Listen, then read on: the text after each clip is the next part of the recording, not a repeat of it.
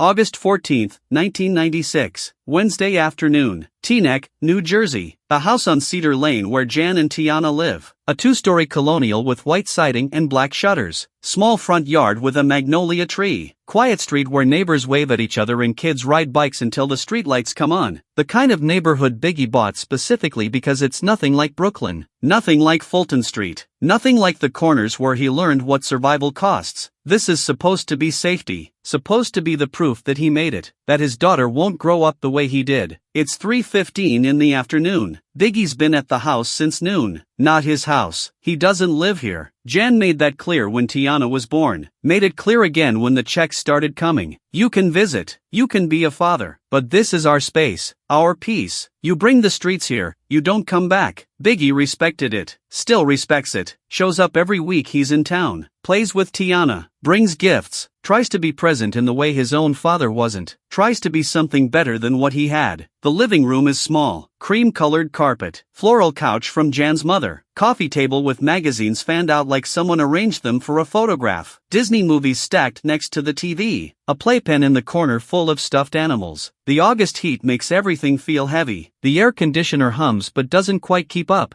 Biggie sits on the floor, 370 pounds on cream carpet. He lost weight after Ready to Die. Put it back on, then some. His knees hurt when he sits like this, but Tiana likes it when he gets down to her level. Makes her laugh. Makes her reach for his face with those tiny hands that still can't quite grip properly. Tiana is 3 years old, almost 4, small for her age. Big brown eyes that look exactly like Biggie's. Same shape, same intensity. People say she has his face. Jan's complexion but Christopher's features. She's wearing a yellow dress with white flowers. Barefoot. Hair in 2 puffs on either side of her head. She's been obsessed with blocks lately. Stacking them. Knocking them down. Stacking them again. The repetition seems to make her happy. Biggie watches her work. Doesn't interrupt. Just watches. The way her tongue sticks out slightly when she concentrates. The way she hums to herself. Little nonsense sounds that almost seem like music. Jan is in the kitchen, on the phone with her mother. Biggie can hear pieces of the conversation. Something about Tiana's preschool enrollment. Something about whether she should start in September or wait until January. Jan's voice has that particular tone she uses when she's trying to be patient but isn't. Biggie knows that tone. He's heard it directed at him plenty of times. Usually when he shows up 2 hours late. Usually when he promises to call and doesn't. Usually when the lifestyle he lives bumps up against the life Jan's trying to build for their daughter. Tiana stacks 4 blocks. Red on blue on green on yellow. It's the highest she's ever gotten them. Biggie notices. Feels a weird surge of pride about something as simple as blocks. 4 blocks high. Big deal. But it is a big deal. Last week she could only do 3 before they toppled. Progress. Growth. Evidence that time is passing and his daughter is becoming a person with skills and personality and preferences. She likes yellow. Doesn't like green beans. Loves the Lion King. Gets scared during thunderstorms. These are things Biggie knows. Things he's learned by showing up. By being here. The blocks wobble. Tiana steadies them with one hand. Holds her breath. Her little face is so serious. Like this matters more than anything in the world. Like 4 blocks is the most important architectural achievement in human history. Biggie watches. Wants to help. Knows he shouldn't. This is hers. She has to do it herself. Has to learn that things fall and you build them again. That's the lesson. That's what blocks teach you before the world teaches you in harder ways. The tower holds. Tiana pulls her hand away slowly. The blocks stay. She looks at them, then looks at Biggie. Her face breaks into this huge smile. Proud. Wanting him to see. Wanting him to acknowledge what she did. And Biggie smiles back. Real smile. Not the one he uses for cameras or crowds. The one that's just for her. That's good, baby. That's real good. Tiana claps her hands. The motion is too enthusiastic. Her arm swings wide. Hits the blocks. They scatter. Red one rolls under the couch. Blue one spins. Green and yellow fall flat. The tower is destroyed. Tiana's face crumbles. For a second, Biggie thinks she's going to cry. That little quiver in her bottom lip that means tears are coming. But she doesn't cry. She just looks at the fallen blocks, processing, thinking about it in whatever way 3-year-old minds think about loss. Then she looks up at Biggie, and she says it, clear as anything, first time in her life. Dada. Not Dada like baby babble. Not Dada Dada strung together like every kid does before they actually mean it. 1 word, 2 syllables, with intention, with meaning, looking directly at him, at Christopher Wallace, at Biggie Smalls, at the notorious B.I.G., at all the versions of him that exist. She's looking at the one that's hers, and she's naming him, claiming him, making him real. Dada. She says it again, louder, excited by the sound of it. By the way, it makes Biggie's expression change. She doesn't know what the change means, doesn't understand the way his eyes go wide, the way his mouth opens slightly, the way his whole body goes completely still. She just knows she said something important, something that got a reaction, so she says it again. Dada. Biggie's hands are flat on the carpet. He doesn't move them, doesn't reach for her, doesn't scoop her up, doesn't do any of the things a father should do when his daughter says his name for the first time. He just sits there, frozen, staring at this little person in a yellow dress who just made him responsible for something he doesn't know how to carry. In the kitchen,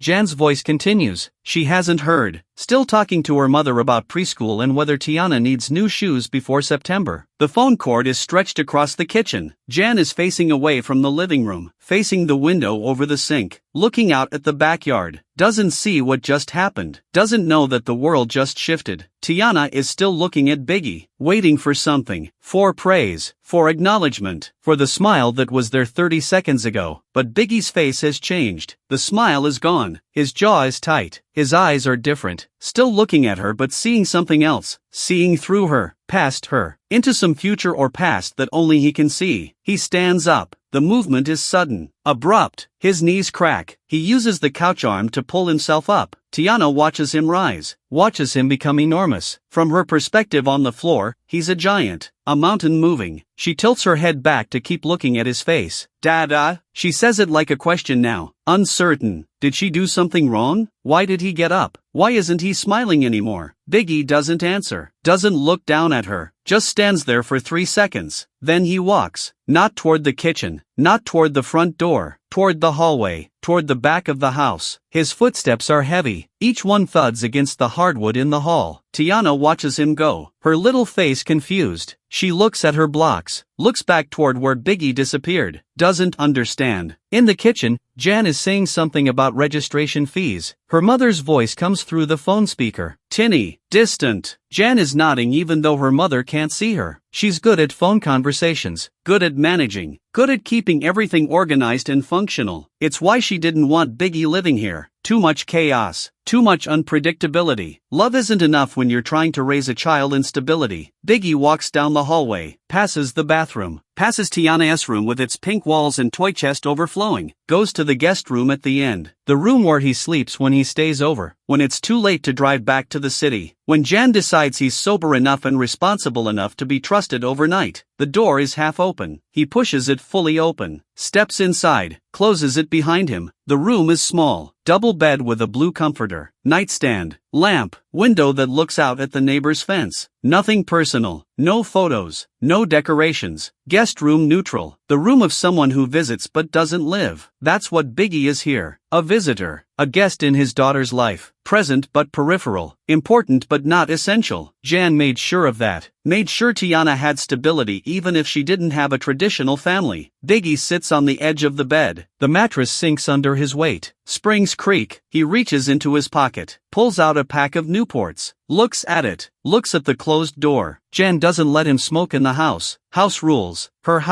rules. He respects it. Usually, he puts the cigarettes back in his pocket, sits there with his hands on his knees, staring at the carpet. His right hand starts shaking, just slightly, just enough to notice. He lifts it, looks at it, watches his fingers tremble. It's not fear, not exactly. It's something else, something that feels like standing at the edge of something tall and realizing you could fall, realizing that falling is possible, that safety is thinner than you thought, that everything you've built can collapse like 4 blocks on cream carpet. He tries to still his hand, makes a fist. The shaking continues, transfers to his wrist. He puts his hand back on his knee, applies pressure, tries to stop it through force. It doesn't work. The tremor persists. Small earthquakes in his bones, evidence of something breaking that nobody can see. I can't do this. He says it to the empty room, to the neutral walls, to the window with its view of nothing important. His voice is quiet, barely above a whisper, but in the silence of the closed room, it's loud enough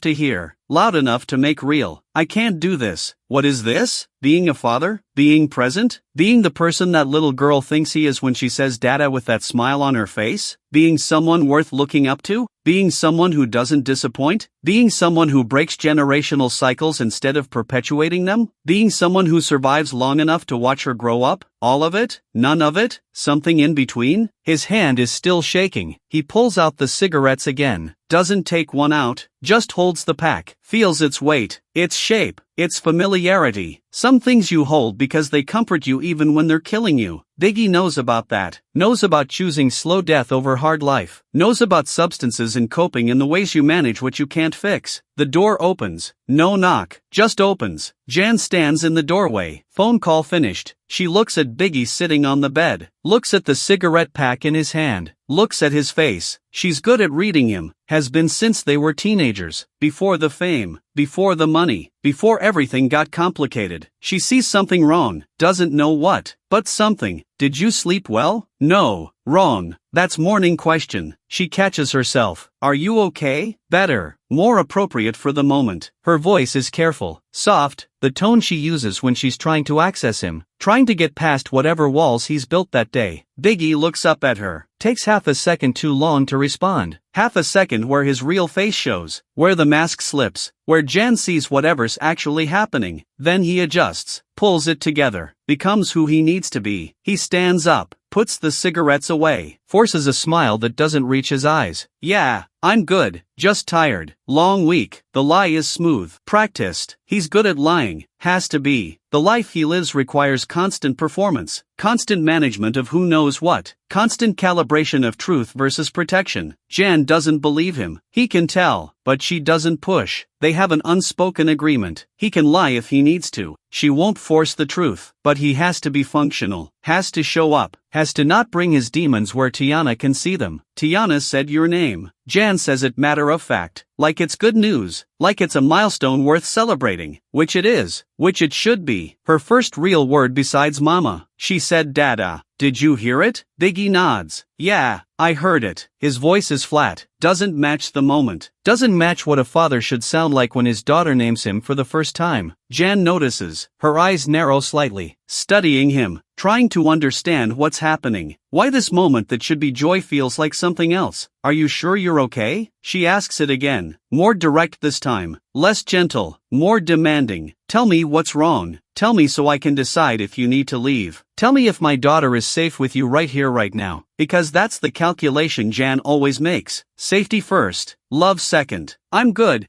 January really. Biggie moves toward the door. She doesn't move out of the way immediately. Makes him wait. Makes him meet her eyes. 3 seconds of silent communication. Her asking the real question. Him answering without words. Finally she steps aside. He walks past her. Back down the hallway. Back to the living room where Tiana is rebuilding her tower. She looks up when he enters. Face lights up. Dada. She says it again. Still excited by the new word. Still pleased with herself. Still innocent of everything that word means to him. Of the weight it carries. Of the responsibility it demands. Of the ways he's already failing before he's barely begun. Biggie sits back down on the floor. Slower this time. His knees remind him he's getting old. 24 years old and his body already hurts in places that shouldn't hurt yet. Too much weight. Too much stress. Too much of everything. Yeah, baby. That's me. Dada. He picks up the red block, the one that rolled under the couch, hands it to her. She takes it, stacks it on top of the blue one, hums her little nonsense song, goes back to her world of blocks and colors and problems that can be solved by trying again. Biggie watches her, tries to memorize this moment, tries to hold it, because part of him knows something Tiana doesn't know yet, something Jan probably suspects but doesn't say. That moments like this are limited. That time is shorter than anyone wants to admit. That Dada is a word that promises presence and some promises are hard to keep. Jan sits on the couch behind them, watches them both. Biggie can feel her watching, can feel her questions, her concern, her love that's complicated by reality, by the choices he makes, by the life he leads, by the danger he carries with him everywhere he goes. But she doesn't say anything, just watches her daughter play with her daughter's father, watches them exist in this small pocket of normalcy, this brief window before the world demands he go back to being the notorious Big, before he has to leave Cedar Lane and return to the machine that feeds him and uses him and will probably destroy him. Tiana gets the tower 5 blocks high. New record. She squeals, claps, looks at Biggie for approval. He gives it. Smile that's more real this time, more present. She knocks the tower down herself this time, laughs at the crash, starts building again. The cycle continues. Build, destroy,